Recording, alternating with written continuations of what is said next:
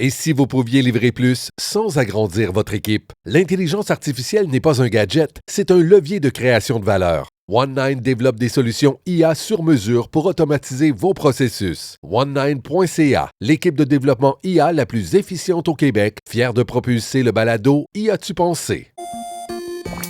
L'intelligence artificielle change tout. Outils, risques, mythes, réalité. Y as-tu pensé? Comprendre, apprendre, s'adapter.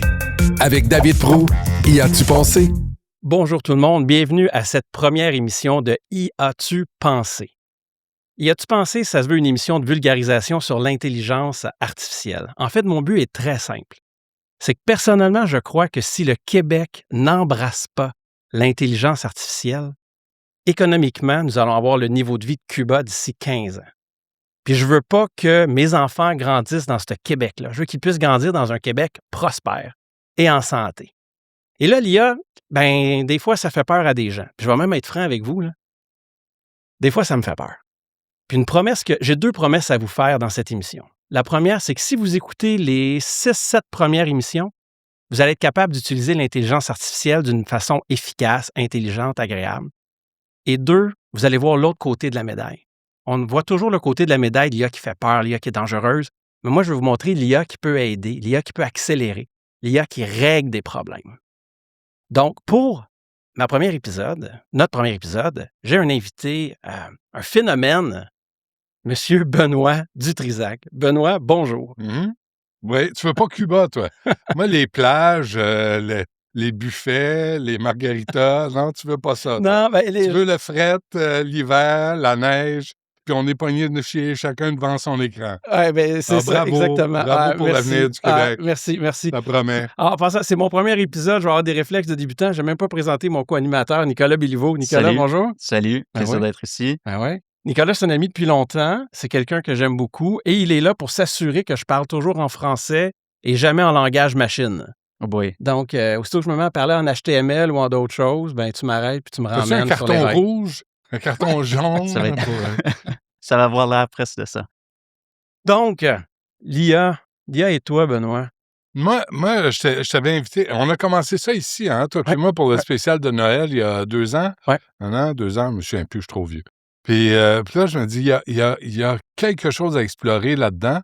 Puis on se posait la question, là, chaque jour, une chronique sur l'intelligence artificielle, c'est pas simple là, comme défi, mais chaque jour, tu y arrives avec des nouveautés. C'est parce que ça va vite, là, l'intelligence artificielle. Toi, tu essaies juste de suivre. C'est pas parce que tu déniches des sujets à tout casser. L'intelligence te pousse à sortir des sujets. Moi, ce que j'adore dans notre collaboration à ton émission, Benoît, c'est que ça m'oblige à tous les jours de me tenir à jour dans les nouvelles. Puis il y a toutes les nouvelles techniques qui intéressent à peu près personne que je vois passer. Ouais. Puis là, dans l'ensemble des nouvelles, il y en a que je me dis, OK, ça touche plus la société, puis ça va intéresser le public en général. Et puis, ce que je vais faire dans cette émission aussi, comme je vais avoir une partie de nouvelles, puis ça ne sera pas des nouvelles pour société, ça va être des nouvelles un petit peu plus techniques, ou au moins de dire où la technique est rendue. Pour les geeks. Je m'en vais. Je vais te donner un exemple très simple. Tu te souviens quand on avait parlé d'OpenClaw à ton émission? Oui. Puis là, je disais OpenClaw, c'est ce logiciel qui est capable de contrôler un ordinateur. Donc, tu lui donnes une commande, et puis, OpenClaw, ce qu'il va faire, c'est qu'il va exécuter la commande dans ton ordi, puis il va faire la job. Mais il y avait d'immenses enjeux de sécurité. Parce que OpenClaw, il y a des cas où il a décidé de s'inscrire lui-même à des cours en ligne, puis il a dépensé 2000 $ de frais de cours parce qu'il voulait aller chercher des informations sur comment accomplir sa tâche. Sur ta carte de crédit. C'est exactement. C'est ça, pas sur la carte d'OpenClaw, mais sur la mienne. Sur la tienne. Donc, l'utilisateur, moi, j'ai été safe. Mais là, tu vois, la semaine passée, NVIDIA a lancé un truc qui s'appelle OpenShell. Donc, OpenShell, c'est comme un carré de sable. Et au milieu, il y a OpenClaw. Donc là, quand OpenClaw veut acheter quelque chose, tu as OpenShell qui dit « tu n'as pas le droit d'acheter quelque chose ». Et tu vois, c'est ça qui fait peur au monde. Moi, le premier. C'est que là, il y en a tellement. Tu te dis, si je m'enligne avec un, je vais me tromper parce que c'est pas lui qui est hot. Tu sais, le nombre de fois, tu dis, ouais, ChatGPT, puis l'autre, tu sais, c'est des dinosaures, puis ils sont déjà en retard. Puis ça décourage un peu les gens à s'investir là-dedans. Tu sais, moi, je l'utilise comme un moron, là. J'arrive à l'ordi le matin, là, puis tu sais, il y a Cybèle Olivier puis moi pour faire l'émission. Puis il y a des fois, je vais chercher des infos il y a eu, c'était quand la grève des enseignants? Tu sais, je pose des questions bien simples, puis là, ils me sortent les réponses avec les références. S'ils ne me donnaient pas les références, je ne l'utiliserais pas. Ouais. Mais parce qu'ils me donnent les références, là je l'utilise, puis je me dis, c'est assez fiable. Des fois, je vérifie les références. Mais au-delà de ça, zéro. Ben, c'est une utilisation comme Google, mais plus avancée. Plus raffiné. Exact. Puis là, tu ne cherches pas, tu sais, tu ne vas pas ouvrir la presse, le Journal de Montréal, Le Devoir, tu les as devant toi, puis tu as les références. Que ça, c'est extraordinaire. Là où jaillit l'IA, c'est que pour faire ça, ils parasitent le travail que des journalistes ont fait, mais qu'à cause de l'IA, puis du GAFAM, puis de fucking Apple, de tous ces crosseurs-là, ben on ferme les salles de nouvelles. Fait que là, il n'y a plus personne d'être humain qui va chercher la nouvelle de laquelle se nourrit l'intelligence artificielle. Fait qu'on est on est un chien qui se mord la queue, là. Ben oui puis non. Puis... Ah non, oui. Non, mais je vais t'expliquer. Non, oui. Ben là, bon, ben c'était tout le temps C'est qu'on tout, avait. merci. Bonne journée. C'est que si tu utilises l'IA pour consommer de la nouvelle, tu as 100% raison. Mais si tu utilises l'IA pour produire de la nouvelle, on est capable d'avoir une plus grande vélocité de nouvelles. On n'arrête pas de se plaindre comment les régions sont pas couvertes. OK, comment tu produis la nouvelle? OK. Dis-moi comment, là. Oui. Pas de discours. Non. Pas de concept. Benoît, tu me connais, là. La vraie vie. Je suis no bullshit, là. OK? Ouais. Donc, la vraie vie, c'est que tu peux avoir, regarde, de la même manière qu'une émission aujourd'hui de radio est produite avec une fraction du staff qu'il y avait il y a quelques années, parce qu'il y a de la tech, puis des fois, on étire les gens. Ça, je suis d'accord. Oui. OK? Ça, je suis 100% d'accord. Mais l'idée, c'est que tu pourras avoir un journaliste régional que toutes les nouvelles qu'il reçoit par courriel ou par boîte vocale est écoutée par un IA. Tous les gens sont les bienvenus à donner plus de feedback, plus de qu'est-ce qui se passe dans leur région. Il y a un tri qui se fait. Le journaliste est capable de voir ça. Non, là, ton erreur, c'est que tu penses que toi, la nouvelle vient à toi. OK. Non, c'est pas ça le job de journaliste. Tu vas à la nouvelle. Tu vas la déterrer, tu vas la chercher, tu vas la provoquer. C'est bon. Il n'y a pas une nouvelle qui dit « Oh mon Dieu, je veux parler à David Proulx. » Dans le régional, c'est peut-être plus dur de fouiller, mais je vais te donner un exemple. Moi, qu'est-ce que je fais avec toi? Moi, je me suis fait un système qui va lire des milliers de nouvelles à tous les jours. Il m'emmène sur un plateau d'argent les 25 meilleurs. Je regarde les 25 meilleurs, je dis « OK, c'est de ça que j'ai envie de parler aujourd'hui. » Qui est allé chercher ces 25 meilleures nouvelles-là? L'IA a été les lire partout. Ben oui, mais il y a quelqu'un qui les produit, ces nouvelles-là. Oui, mais je les aurais pas lues. C'est là où jaillit ton IA. Oui, mais c'est que moi, je clique sur les nouvelles qui m'intéressent. Oui, mais les nouvelles qui t'intéressent, il y a des êtres humains qui sont allés chercher. Et les fucking Google, là, et tout le GAFAM a refusé de mettre 5% de texte parce que Mark Carney a fait le petit chien obéissant devant eux. Puis en juin dernier, ils ont dit « Laissez faire, on aurait eu pas 7,2 milliards sur 5 ans à investir dans les médias, c'est-à-dire des êtres humains qui vont chercher la nouvelle, de laquelle se nourrit l'intelligence artificielle. » Oui, OK. Puis là... C'est pour ça que je l'ai. Mais là, il y a une affaire. Tu ne pourras pas me faire défendre Mark Carney. Ça, tu sais que je ne serais pas capable de faire ça. C'était mon piège. T'es pas tombé dedans. Donc, oui, au niveau des GAFAM, la redistribution des revenus, mais moi, je crois qu'au niveau de la rédaction, de la vérification des faits.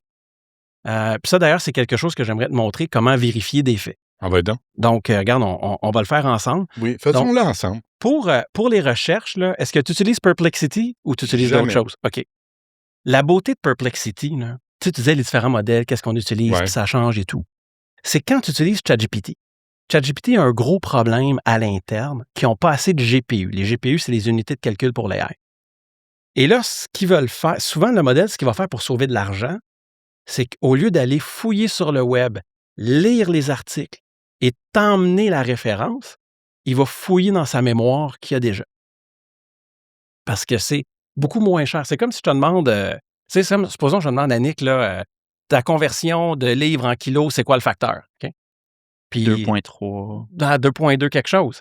Mais là, tu t'es fié à ce qu'il y a dans ta mémoire là, tu as été le chercher dans ta mémoire. Mais si je te dis non, va sur le web, puis va le chercher. Ça va te demander plus d'énergie que l'effort cognitif que tu viens de faire. 100%. ChatGPT, c'est la même affaire.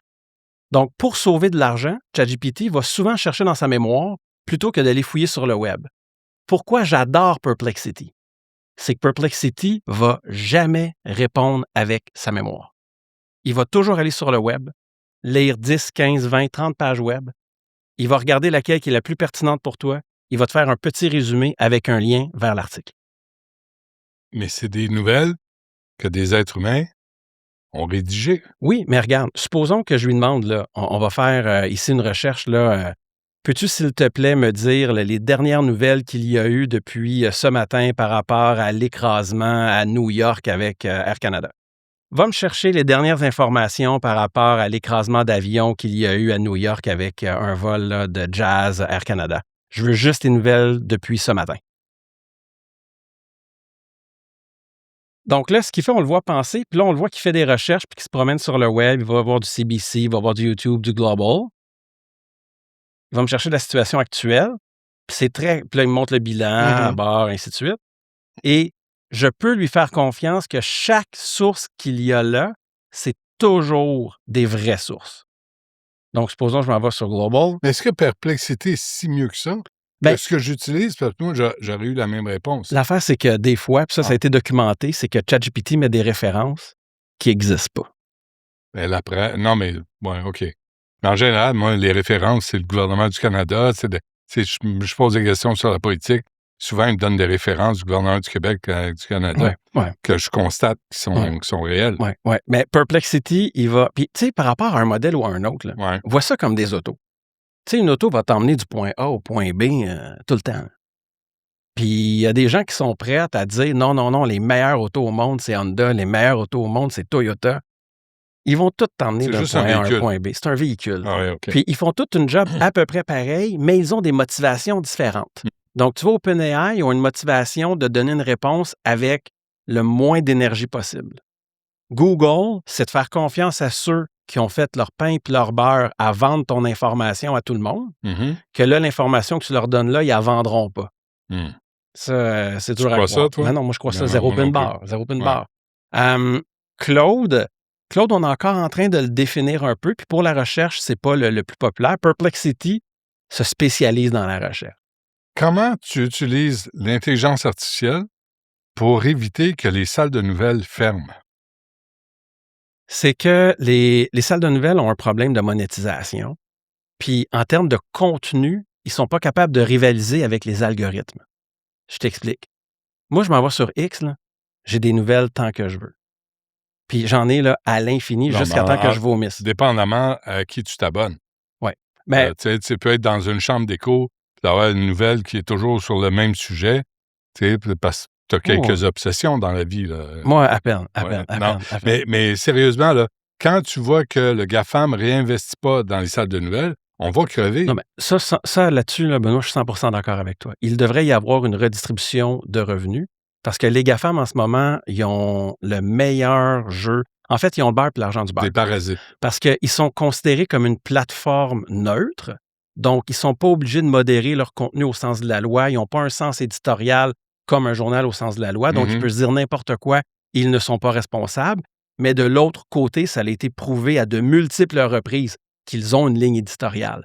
Et ils vont faire ce qu'on appelle du deboosting. Donc, le contenu qu'ils ne veulent pas voir, ils vont te laisser le publier, mais tu vas juste avoir aucun engagement dessus.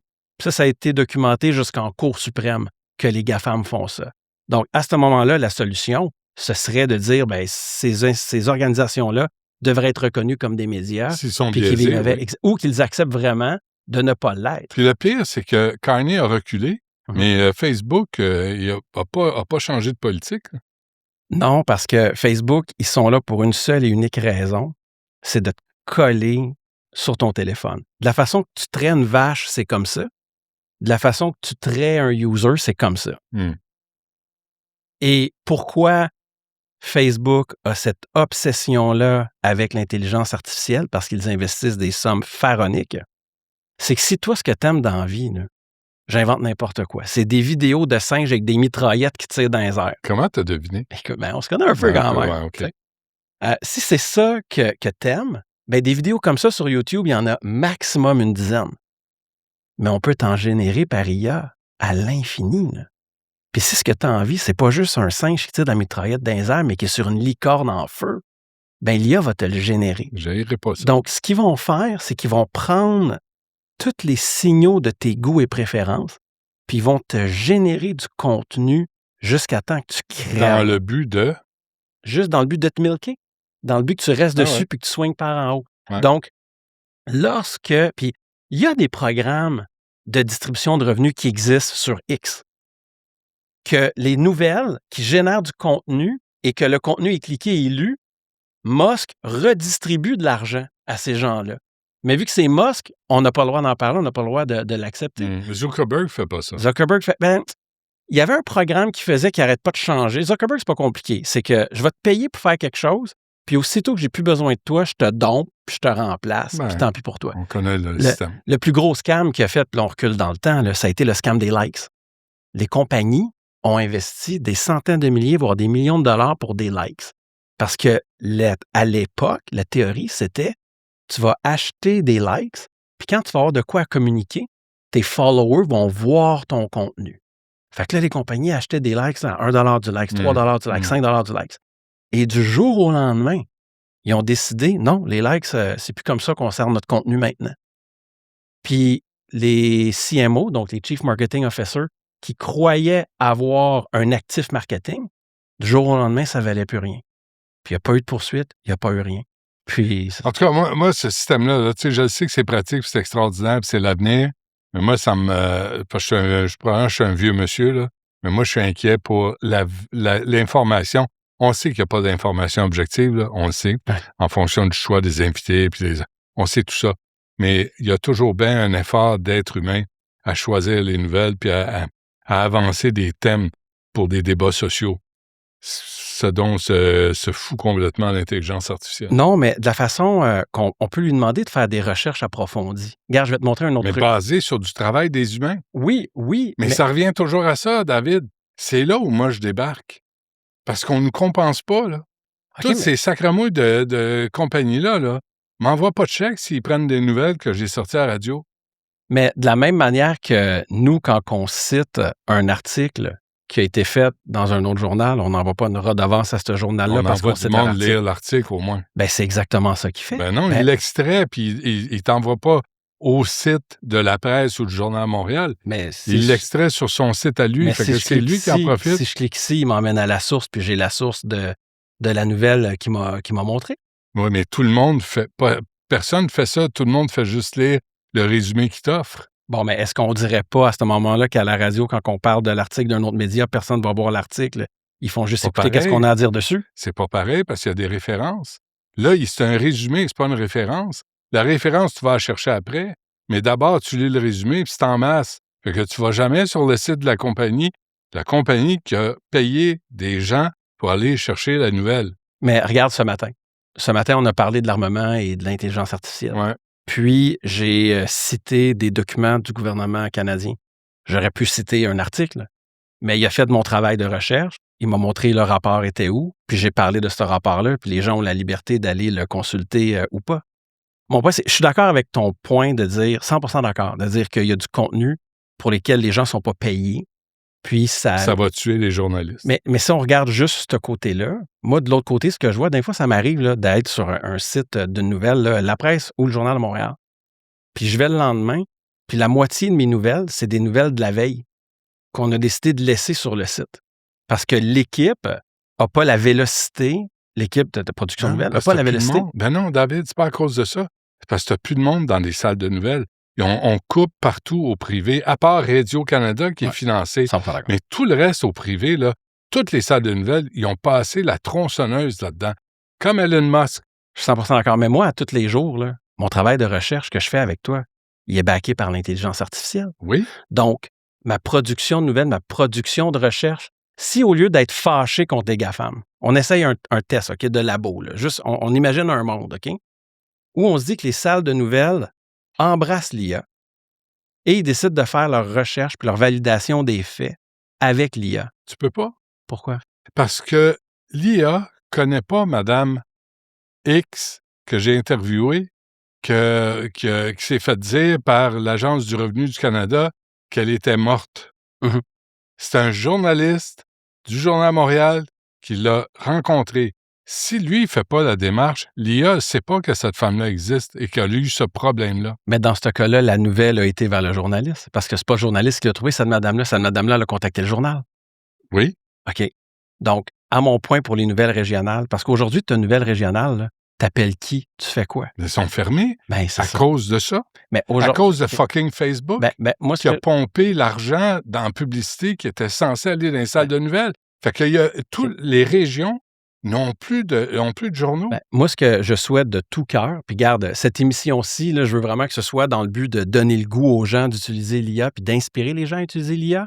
Fait que s'il y a un jeune qui nous écoute en journaliste, qui est en amour avec sa région, là, ben, se faire un petit stack, donc un petit ensemble de technologies pour automatiser la prise de nouvelles en région, la rédaction, là, à une personne seule, on peut faire un site de nouvelles régionales puis de faire rayonner la région auprès des citoyens de cette région. Je te défie de relever ça, puis je reviens à la fin. Trouve-moi un jeune journaliste, puis je vais l'aider. Non, mais c'est quoi? Demande la perplexité de te le trouver. C'est bon. C'est un smart, lui. Écoute, il sait tout, lui. J'ai envie de le relever. Demande-lui qu'il te le trouve. Moi, je travaille pas pour vous autres. Techniquement. M'as-tu fait un chèque? Non, tu es venu gracieusement. Non, pas pour ça. Mais je ne travaillerai pas à la place de l'enfant de chaîne qui est là. Raison. Mais mon point, c'est que s'il y a un jeune journaliste qui nous écoute, puis qu'il a envie de faire rayonner des nouvelles régionales, je vais l'aider, je vais lui dire comment faire, quelle technologie utiliser, puis il va être capable de faire un site de nouvelles pour sa région, puis d'aider sa région. Là, on avance. On se revoit dans 10 semaines. Parfait. Merci, Benoît. Merci. Y as-tu pensé? C'était tout un segment, ça? Absolument. Moi, je pensais que Benoît était pour venir et qu'on aurait fait comme voici comment utiliser Perplexity. La la la la. Ça allait de l'IA aux médias sociaux. Mais je l'aime comme ça. Je l'aime comme ça. Puis à tous les jours, 10h20, je suis avec Benoît à son émission. Puis c'est un plaisir à chaque fois. Je le ferai pas différemment. On a une entrevue qui devrait être un petit peu plus tranquille. Tu peux me rentrer dedans si tu veux, Yves. Là, on peut faire ça plus tranquille. Pierre, pardon. Donc, je suis avec Pierre Lévesque. Deuxième segment de l'émission, j'invite des PME. Pas obligé d'être mon client là, pour venir. Là. N'importe quelle PME, vous avez une PME qui utilise, ou une entreprise qui utilise l'intelligence artificielle, je veux vous parler, je vous veux ici, parce qu'il faut inspirer toutes les entreprises québécoises à utiliser l'intelligence artificielle pour tous les gains et les économies qu'elle procure. Donc, Pierre Lévesque, la raison pourquoi j'ai invité Pierre, c'est que quand j'ai commencé à publier sur LinkedIn il y a 3 ans, tu as été un des premiers à me suivre, puis à commenter, à suivre. Donc, on a développé une forme d'amitié et puis je suis super content de t'inviter. Ta compagnie, c'est Vitre Expert. Tu es un franchiseur. Tu as 130 franchisés au Québec. Oui. Donc, écoute, profite-en. Parle-nous de ta business. Puis tout de suite après, rapidement, on embarque sur comment tu utilises l'AI dans ta business. Tu étais très bien parti. Faut spécifier qu'on est le plus gros réseau 100% québécois. Ce qui est le fun, c'est qu'on a un cycle de croissance de succursales à peu près de 20 par année en ce moment. Et avec seulement 4 personnes au siège social. Donc, on comprend que sans l'IA, je ne serais pas là. Ah oui, super. Puis là, dans le fond, vous faites de la réparation par brise. Que les gens vont au garage ou vous allez vers les gens? On a tous les modèles. Dans le fond, on répond à un besoin. Celui qui veut qu'on aille au travail, chez lui, on a des mobiles. On est dans plusieurs ateliers. On peut être dans 7-8 endroits dans une ville. C'est un modèle différent. On peut être dans la carrosserie, dans l'atelier mécanique, dans le concessionnaire auto, chez toi. On a vraiment toutes les options. Dans le fond, c'est ça qu'on veut. Peu importe ce que tu vas passer ou que tu as besoin, on est là. OK. Bon, super. Donc là, maintenant, là, vous voyez tout le monde, si vous utilisez l'IA dans votre entreprise, non seulement vous avez les gains, vous pouvez venir vous chercher de la pub gratuite sur IA-tu pensé. C'est merveilleux, ça? Pas pire. Ah. Donc, explique-nous comment tu utilises l'IA chez Vitre Expert. Première chose, comment on fait pour avoir cette croissance-là, c'est qu'on s'est arrangé que chaque personne ait de l'IA. Ça veut dire qu'on est 4 au siège social, chacun travaille avec des outils, puis on s'est aperçu que ça permettait au lieu d'être 4, on est beaucoup plus que ça. Concrètement, si je peux donner un exemple, la semaine dernière, je suis dans mon auto, je m'en vais rencontrer un client, une rencontre super importante. Là, je prends mon téléphone, puis j'ai 1 heure pour me rendre, puis je fais OK, dans cette heure-là, il faut que je me prépare pour ma rencontre. Je vais chercher ma rencontre transcripteur de la dernière et je lui demande de me préparer. Donc, quand je suis arrivé à la rencontre, j'étais 100% préparé. Je me rappelais des détails importants. Et pour moi, là, ça l'accélère, ça l'accompagne, ça me permet d'être meilleur à chaque fois. Puis, techniquement, là, dans le fond, tu as pris le transcript de la dernière rencontre avec ton outil de preneur de notes, qui est lequel? Transcripteur. Qui est transcripteur. Puis, tu as pris le transcript et puis tu l'as mis dans un IA oral? Je l'ai envoyé directement. J'ai téléchargé le fichier texte. Je suis allé à la base, puis je l'ai mis là, puis j'ai dit, j'ai une rencontre. je veux que tu me prépares à cette rencontre-là parce que j'ai une vente à compléter. Et je suis arrivé là, puis je savais le nom, le prénom des enfants et tout. J'étais extrêmement bien préparé. Parfait, parfait. Je me souviens aussi d'un truc qui t'est arrivé. Je donnais une journée de formation. Ça m'arrive de donner des formations à des groupes de CEO, là, donc 25 personnes dans une pièce pendant une journée. Tu étais un des participants, puis il t'est arrivé quelque chose d'assez fou. Puis je venais d'expliquer comment utiliser Claude Cowork. On va avoir une émission d'ailleurs dédiée à Claude Cowork avant longtemps. Donc, peux-tu nous expliquer un petit peu qu'est-ce qui s'était passé? Parce que c'est une belle histoire. Bien, je venais de l'installer, j'étais en train d'écouter et Dieu sait que tu parles beaucoup à la seconde, donc j'étais quand même à l'écoute et la situation était quand même, pour être en affaires depuis longtemps, c'est quand même quelque chose de spécial. J'ai pris le transcript de l'appel avec la direction chez nous, je l'ai téléchargé, il a remarqué le caractère important, il m'a préparé le plan d'action, il m'a même suggéré de tout de suite envoyer un courriel, il a rédigé le courriel avec la bonne émotion, avec les bons mots. Ça l'a tout de suite le soir même, avant même de quitter ta formation, j'avais déjà un retour positif de la personne dans la situation qui était pas très belle, mais qui était très positif. Et j'avais une rencontre de cédulé le lundi. Donc, pour moi, de pouvoir gérer ça sans avoir eu à sortir de mon émotion puis d'avoir resté captif à ta formation, je trouve que ça, je trouve que c'est puissant. Tu vois, moi, j'ai vécu un moment donné une situation où c'était un voyage qui avait mal tourné. Et puis, la personne qui va organiser le voyage avait proposé de rembourser la moitié. Puis, moi, j'ai un IA qui lit mes courriels puis qui écrit des réponses à l'avance. Puis, il disait non, non satisfaisant, faut que tu demandes le plein montant, blablabla. Puis, ça me tentait pas de me battre. Puis, j'ai rechangé la réponse de l'IA en disant OK, c'est beau, la moitié, blablabla. Pour apprendre 2 semaines plus tard que la moitié du groupe avait eu 100% parce qu'il avait demandé 100%. Donc, tu sais, la qualité de réponse, parce que le fait que c'est détaché des émotions, que ça regarde les faits, parce que la situation que tu avais vécue, ça aurait pu être un méchant gros problème de relations publiques. Et l'IA t'a guidé dans tout ça, étape par étape, instantanément. Tu n'as pas eu besoin d'appeler, puis les firmes de relations publiques sont utiles, là. Mais l'idée, c'est que tu as pu tout régler ça alors que tu étais dans une formation. Puis même formateur, je te dirais que quand je regardais, moi, j'aurais le goût de répondre ça. Il me disait, je comprends pourquoi tu veux le faire, puis pour telle raison, pourquoi que c'est bon, mais tu ne dois pas le faire dans cette conversation-là. J'adore le côté formateur de l'utiliser. Puis quand tu vois le résultat, tu fais, j'aurais pas obtenu ce résultat-là tout seul. Je trouve que c'est ça là, qui vient te créer ce que tu appelles le aha moment. Oui. Puis là, après ça, tu m'as même parlé d'une conclusion, ou pas d'une conclusion, mais en fait d'une prochaine étape avec cet individu-là qui aurait pu devenir un ennemi juré, s'est rendu un allié. Bien, on est quasiment juste si jamais tu as à vendre une succursale dans mon coin, je serais intéressé. Donc, pour moi, c'est quand même une histoire qui s'invente pas. Ah, c'est de toute beauté, de toute beauté. Est-ce qu'il y a d'autres utilisations de l'IA que vous faites à l'interne que tu voudrais partager avec l'auditoire? Parce que là, c'est vraiment ce que je comprends, une utilisation comme assistante de communication, principalement, le résumé pendant que tu vas rencontrer ton client, la gestion de courriel. Niveau opérationnel dans ton entreprise, y a-t-il des cas d'usage intéressants? Bien, je l'utilise à tous les niveaux. Présentement, là, j'essaie à toutes les fois. Y a-tu pensé, j'aime le titre, c'est y a-tu pensé de le faire là? Donc, je veux aller en Ontario. C'est quoi les lois en Ontario pour le franchisage? Ça part, puis j'ai une rencontre avec 5 personnes. J'ai des états financiers à analyser. Peu importe ce qui se passe, je l'utilise beaucoup. Puis c'est là que je vois jusqu'où que je peux aller. J'ai une rencontre que je fais demain. J'ai préparé un résultat par succursale très pointu par le résultat que ça m'aurait pris plusieurs personnes. Et j'arrive avec un indicateur de performance entre les mains de chacun grâce à ça. C'est ton sidekick financier, légal, project management. Tu peux l'avoir à tous les niveaux. C'est ce que j'aime, vraiment d'avoir quelqu'un qui peut être aussi puissant que toi, qui apprend comment toi tu travailles. Même mes suivis, mes ventes de succursales. Si je peux vendre plus de succursales à plus d'endroits ailleurs au Canada, je pense que ça va venir de là.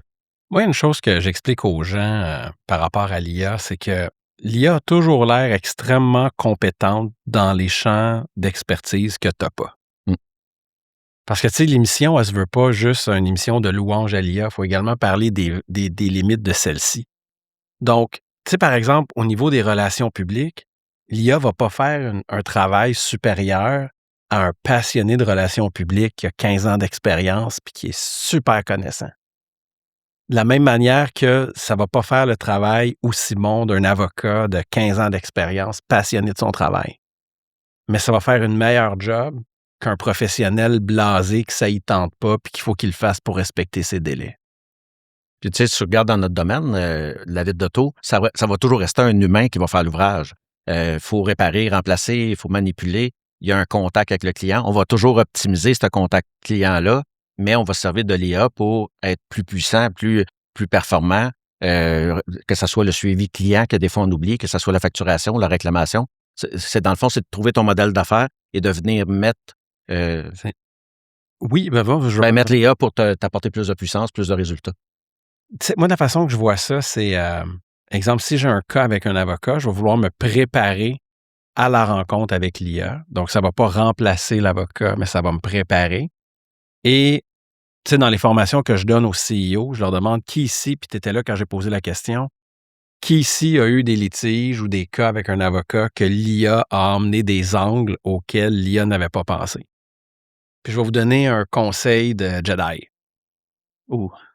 Même l'IA, si on lui redemande de retravailler ce qu'elle vient de nous livrer et de trouver des angles morts auxquels elle n'a pas pensé, elle va trouver des angles morts auxquels on n'a pas pensé. À perpétuité, presque.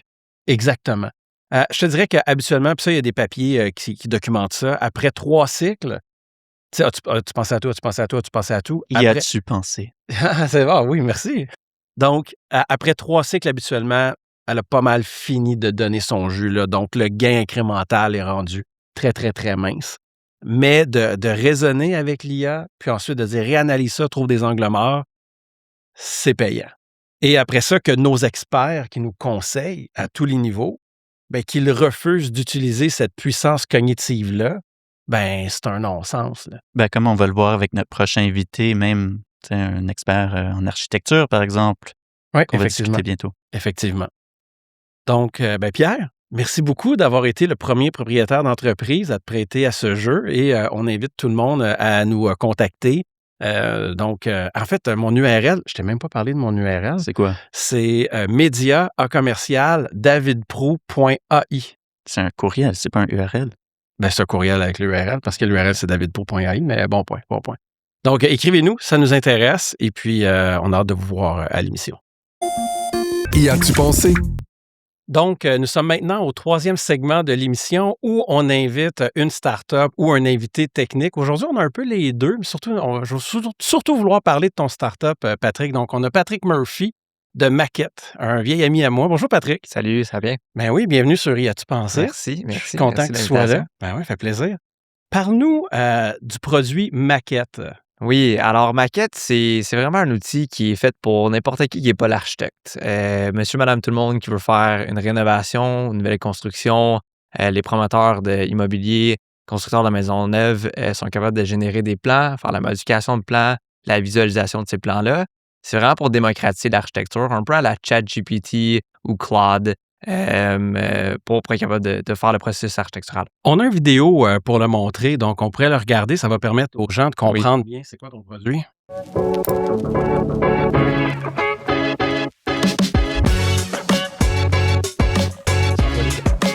Oui, alors ici, un peu, c'est ça, la ChatGPT ou Claude, capable d'écrire en texte le genre de plan qu'on veut générer, voir le plan, il va ressembler à quoi, faire les modifications, dire bon, j'aimerais ça avoir une cuisine qui est plus grosse, plus petite, changer l'ordre des pièces dans une maison très rapidement. D'habitude, c'est un processus qui prend beaucoup de temps avec un architecte, beaucoup d'argent, que ce soit une rénovation ou une construction de maison neuve.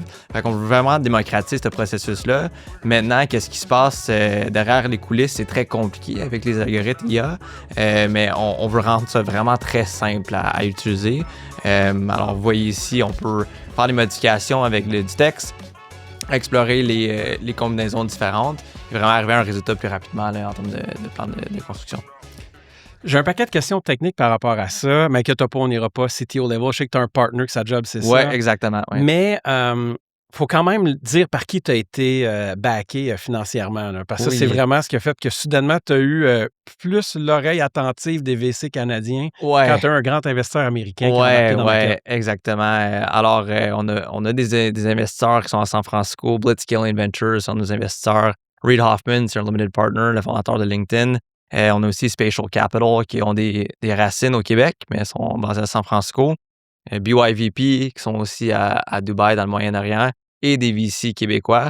Fait qu'on a un bon mix d'investisseurs à l'international à San Francisco puis à Montréal. Ça fait une différence quand on a eu le chèque de San Francisco pour lever la reste de la ronde ici au Québec. Là. Ouais.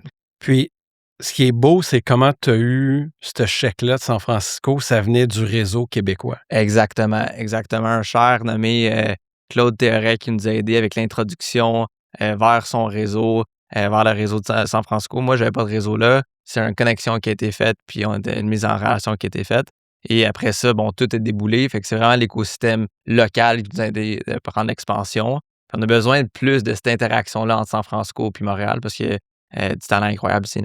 Oui, ben tu sais, les anglophones ont cette expression-là de French Connection, Ouais. puis ils font référence aux Français de France, mais je crois qu'on doit avoir le Québec Connection. Ouais, Tu sais, absolument. dans le cas de Claude qui est un gars merveilleux qu'on Ouais. va avoir sur l'émission avant la fin de la saison, je le promets. Ouais. C'est important qu'on soit capable de nourrir ces réseaux-là, puis ensuite Absolument. de payer au suivant. Puis Absolument. comme ça, en faisant ce maillage-là, nos entreprises d'ici grandissent. Absolument. Mais là, Maquette, là, je suis sûr que tu entends tout le temps. Je me souviens d'une discussion qu'on avait eue il y a des années, parce Ouais. qu'au début, vous aviez voulu entraîner votre propre modèle, Oui, exact. parce que c'était ça qui était ben à la mode Ouais. et subventionné. Ouais, exactement.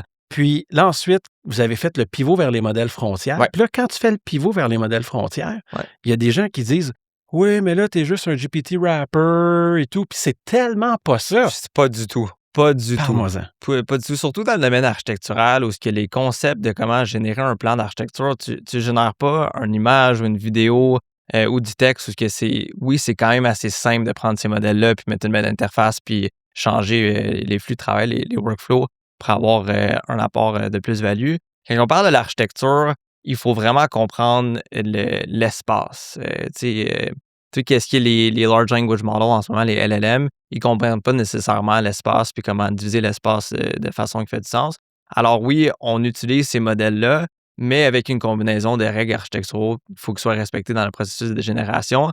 Puis notre premier modèle, honnêtement, qu'on a essayé d'entraîner nous-mêmes, il faisait beaucoup d'erreurs, puis on est arrivé à vraiment des murs où on ne peut pas aller plus loin dans le processus d'entraînement et de déploiement parce que ça ne fonctionnait juste pas en termes de plans architecturaux, puis les algorithmes ne fonctionnaient pas très bien pour ça. Fait que c'est vraiment une combinaison, oui, des modèles qui sont disponibles via Google, Anthropic, avec notre expertise interne architecturale pour vraiment donner des plans qui fonctionnent pour monsieur, madame, tout le monde. Mais ça, c'est important de le dire pour les jeunes qui nous écoutent. Ouais. Tu sais, qui veulent se partir en affaires, puis qui se disent, oui, mais là, j'ai juste développé un workflow qui utilise Claude ou OpenAI, puis c'est de leur dire, non, c'est bien correct. C'est parfait. C'est ça qu'il faut faire. C'est parfait. Oui, exactement, parce que ultimement, les personnes qui utilisent Maquette veulent avoir le résultat, le output. Ils veulent un plan, ils veulent un rendu, ils veulent avoir une pièce d'information pour être capable de continuer la discussion, que ce soit avec l'architecte ou le designer intérieur.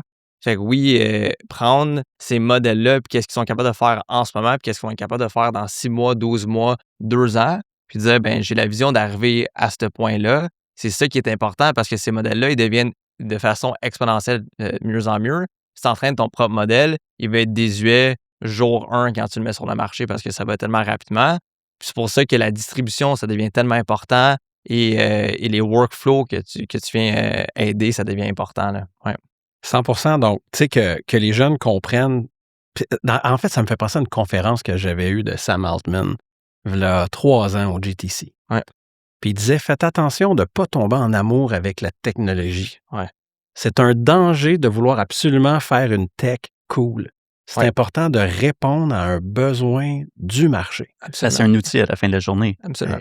Exactement. Donc là, quand tu comprends la technique, puis que tu fais quelque chose que techniquement n'est pas archi hallucinant, tu te dis, ouais, mais là, j'ai-tu vraiment de quoi de bon? Mais tu penses à un paquet de business qui valent cher, là, Ah ouais. que techniquement, ce qu'il fait, tu sais, je veux dire, Salesforce, il n'y a rien d'impressionnant là-dedans. Là. Tu sais, quand tu y penses, à la fin de Ouais. la fin, là, gérer Ouais. tes clients et tout, Ouais. tu sais, ou Twilio, c'est pas Twilio, c'est assez compliqué, mais Trello, des trucs comme ça, Ouais. c'est archi simple. là. Absolument, puis et c'est ça qu'on voit en plus, de la donnée qu'on reçoit chaque jour. On a des milliers de personnes qui utilisent la plateforme à chaque jour. On est capable de voir les conversations, les analyser, qu'est-ce qu'ils veulent le plus. Oui, ils veulent générer un plan, mais après ça, tout le processus, la modification de ce plan-là, puis le processus itératif, la modification de dire: «Ah ben je veux changer cet élément-là, je veux changer cet élément-là». Comment qu'on peut combiner le texte avec le plan visuel que tu peux voir pour faire les changements. C'est même pas la génération de plans qui est important, c'est d'arriver au résultat final. Fait que je suis vraiment content qu'on n'a pas notre propre modèle qui fait juste générer des plans, puis tu peux pas les modifier après. C'est vraiment ça la plus-value, c'est oui, de générer le plan. Ça, c'est tout ce qui est la modification de ce plan-là. Mais la modification du plan, est-ce qu'elle est faite par AI de façon générative ou en fait, vous avez fait une infrastructure de code et l'IA remplit le code nécessaire pour générer le plan? C'est un peu des deux. Fait que les modifications, bon, si on veut changer une porte de place, une fenêtre de place, ça, c'est plus un processus procédural qui est quand même assez simple à faire avec notre propre éditeur de plan qu'on a bâti nous-mêmes. Avec tout ce qui est la régénération de plans, si on change vraiment la disposition des pièces. Ça l'utilise les modèles et un processus de régénération qui se passe avec l'IA générative. Fait que c'est un peu un mix des deux. On veut arriver à une belle qualité où si tu veux faire un changement, changer une porte fenêtre de place, ça va pas prendre 10 minutes pour régénérer. Fait on est en train de jouer sur tout ce qui est le niveau de complexité du thinking, là, comme on dit, du reasoning. là. Oui, parce que ça, monsieur, madame, tout le monde l'ont peut-être pas compris, mais c'est que si tu génères ton plan avec, supposons, on va dire Gemini. Ouais. Là, il va te générer un plan. Ouais. Puis là, tu dis, ah, ça, j'aimerais ça plus comme ci, plus comme ça. Mais après 2-3 demandes, il va te rechanger des choses que tu n'as Absolument. pas demandé de changer Absolument. parce qu'il utilise des algorithmes de diffusion. Exactement. Donc, la beauté de Maquette, Ouais. c'est que tu es capable d'avoir une constance et il Absolument. va changer uniquement qu'est-ce que tu as demandé de changer, Exactement. ce qui rend l'expérience 1000 fois plus agréable. Exactement. Et la visualisation pour comprendre, bon, le plan, on l'a en format vecteur, en SVG. Puis on est aussi capable de voir, bon, les visualisations par rapport à cet espace-là, parce que non seulement ça génère le plan, mais l'espace au complet, puis de façon 3D, cet espace-là ressemble à quoi? Si tu vas sur ChatGPT ou Claude, tu génères un plan à ton point, c'est une image de ce plan-là. Après ça, il faut quand même que tu ailles voir l'architecte parce qu'il faut quand même que tu fasses des modifications. Il faut quand même que tu utilises CAD, puis on veut pas ça. Là. Mais là, tu viens de dire un mot-clé, il faut quand même que tu ailles voir l'architecte. Fait Ouais. que là, on a des architectes qui nous écoutent en ce Ouais. moment, puis ils se disent, OK, il me reste combien de temps à ma job? Ouais. T'as quoi répondre à ça? Oui, pour tout ce qui est le processus résidentiel, l'IA est quand même assez bon pour faire la génération de plans, modification de plans, mais c'est sûr qu'après ça, on veut pas que ce plan-là, il s'écroule sur la tête de quelqu'un. Fait que c'est sûr qu'il faut que ça soit encore signé par l'architecte, surtout pour la construction neuve. Tout ce qui est modification pour des rénovations, ça, c'est un processus qui est un peu plus simple. Fait qu'on dit toujours qu'on vient pas faire le travail à 100%, comme les modèles de génération d'images ou de vidéos, où il peut y avoir des erreurs, ça ne dérange pas. Puis pour tous les architectes aussi qui font du commercial, institutionnel, etc., les modèles sont juste pas rendus à ce point-là où ils peuvent comprendre le contexte puis générer des plans qui ont du sens. Puis nous autres, c'était vraiment qu'est-ce que le marché nous disait. Et le marché nous disait, c'est beaucoup des centaines, voire des millions de personnes avec la V1 inclus, qui nous disaient, ben moi, je veux faire le processus moi-même avant de rencontrer un architecte. C'est le premier jet. C'est le premier jet. L'idéation Exactement. qu'on veut faire C'est un nous-mêmes. peu, c'est comme Lovable pour le développement. En fait, c'est plus que le premier jet. Parce que quand tu travailles avec un architecte, ton premier jet, il te donne quelque chose. Ouais. Puis je suis sûr qu'à un moment donné, tu es gêné de redemander une modification à ton Ben, architecte. tous les coûts que ça implique également, là, tu peux le faire toi-même. Exactement. Tu as les coûts, puis tu as aussi le fait de dire, bon, ben, je pensais que je m'étais décidé avec ma femme, mais finalement, on s'était pas décidé. Puis là, finalement, on aimerait ça avoir ça 2 pieds de plus. Puis Ben, c'est une différence d'avoir l'idée dans sa tête versus le voir sur exactement. papier. Puis ça permet de faire des essais-erreurs beaucoup plus, puis d'essayer d'imaginer encore plus qu'est-ce qu'on veut. Il Puis y a une raison qu'il y a des centaines de milliers de personnes qui ont joué aux Sims, puis qui ont grandi avec les Sims, qui ont dit, ben moi, je veux être capable de voir les modifications, je veux faire les changements. Tout le processus de bâtir une maison sur les Sims, c'est le fun parce que tu vois le retour instantané. Puis le processus architectural, en ce moment, c'est exactement ça. C'est de dire, ben j'aimerais ça que mon garage soit plus gros. Parfait, on va te revenir dans 2 semaines et ça va coûter plusieurs centaines, voire des milliers de dollars. Puis le processus créatif, il est vraiment lent et ça l'enlève beaucoup d'engouement pour un projet qui est supposé d'être super important, que ce soit une rénovation, une construction neuve. Là. même pour les architectes eux-mêmes, Ouais. Donc, de pouvoir explorer des idées, essayer des choses, Absolument. il y a un gain hallucinant. Là. Oui, absolument. On n'est pas allé après les architectes à cause que, bon, ils ont leurs outils qui utilisent déjà les AutoCAD, Revit, Rhino, etc. Mais oui, absolument, ils peuvent l'utiliser aussi dans leur processus. Puis aujourd'hui, Maquette, c'est combien d'employés et où? Oui, on est basé à Montréal, on est 18 employés, une équipe formidable, incroyable. J'adore travailler avec eux autres. On est basé ici. Ouais. Super. Et puis là, combien de téléchargements? Ou de Ouais, avec la V1 inclus, on est au-dessus d'1 million. Là, c'est le lancement de la V2. Je pense qu'on est déjà rendu à 40 000 personnes inscrites dans les dernières semaines. Fait que ça a grandi à un gros rythme. Ouais. Bon, ben, une belle jeune pousse de Montréal. Patrick, merci beaucoup. Merci à vous autres. Y as-tu pensé? Donc, il y a une entreprise qui s'appelle Microservice, qui est un distributeur de GPU puis de matériel informatique. Et puis, un des cofondateurs s'est fait arrêter parce qu'il a smugglé, donc il a fait passer des GPU en Chine qui n'avaient pas le droit, qui étaient restreints par les règles américaines. Et puis, il va aller en prison, genre pour 15 ou 20 ans. Là. OK.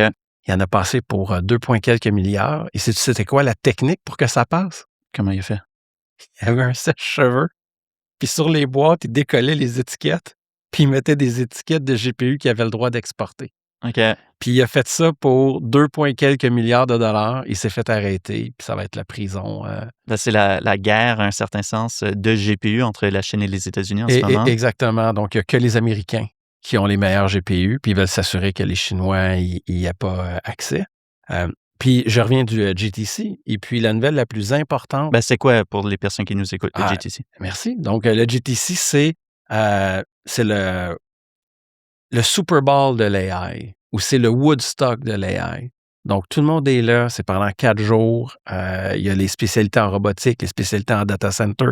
Il y a, dans mon côté, les spécialités en agent et en code. C'est le GPU, qui est General Processing Unit Technology Conference. Oui, exactement. Par NVIDIA, qui est une des plus grandes entreprises mondiales en ce moment. Exactement.